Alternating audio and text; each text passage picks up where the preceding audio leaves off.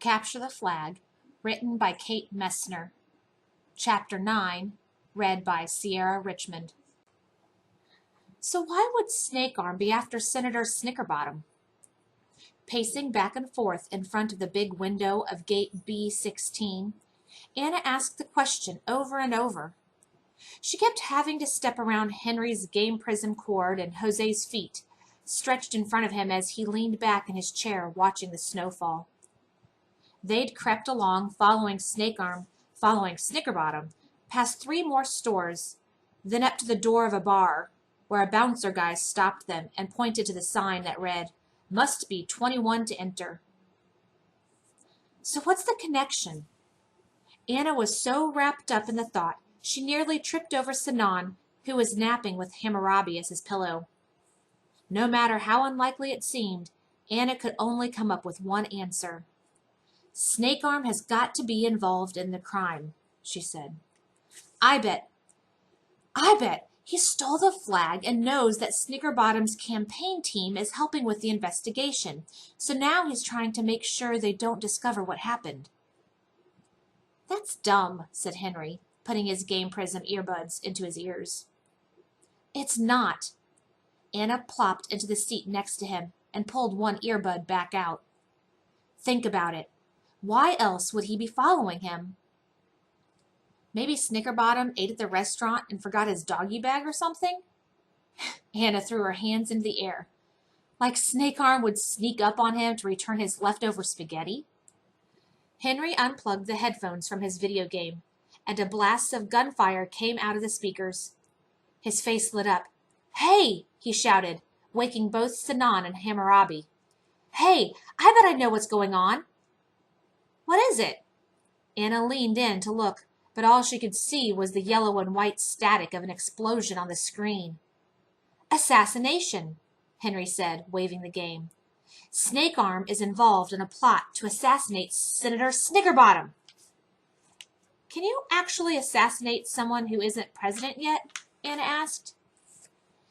"Any murder with political motivations is an assassination," Henry said with a firm nod. Anna stared.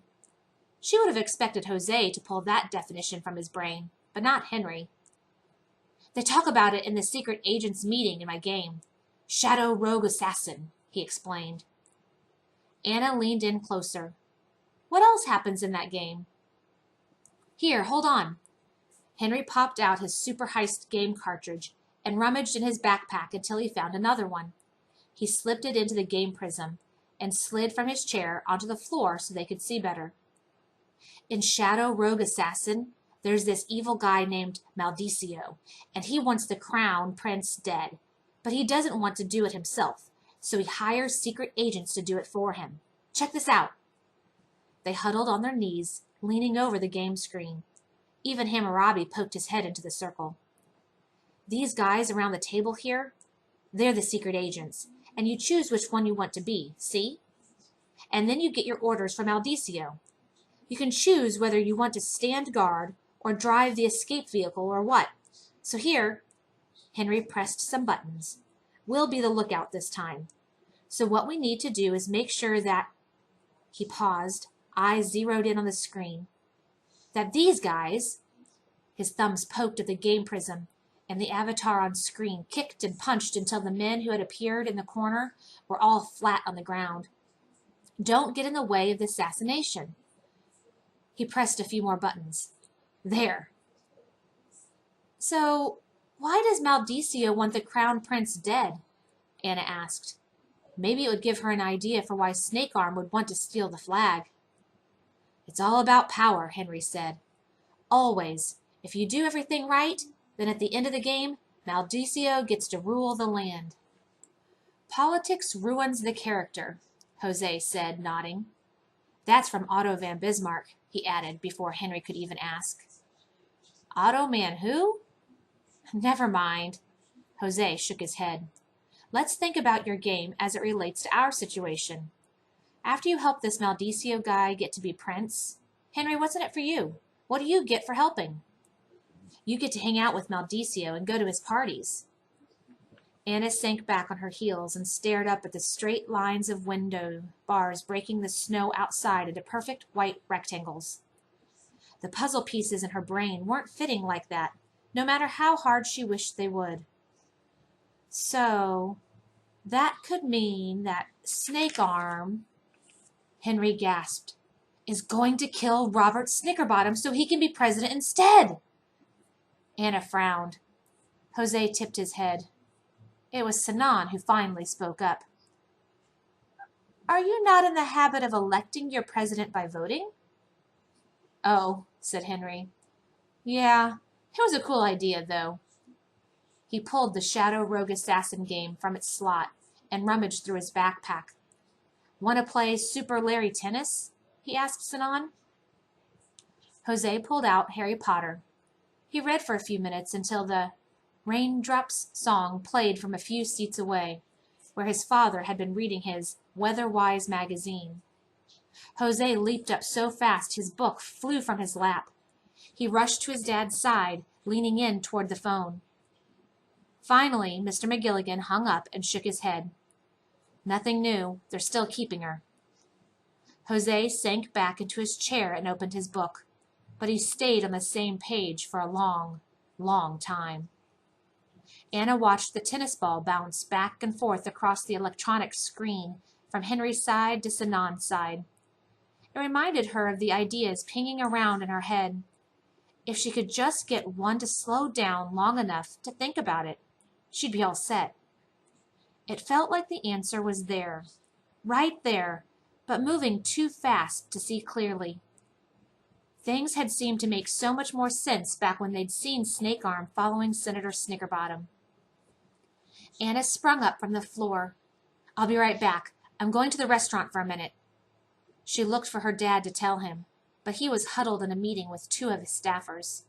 She waved and pointed down the hallway, and he waved back.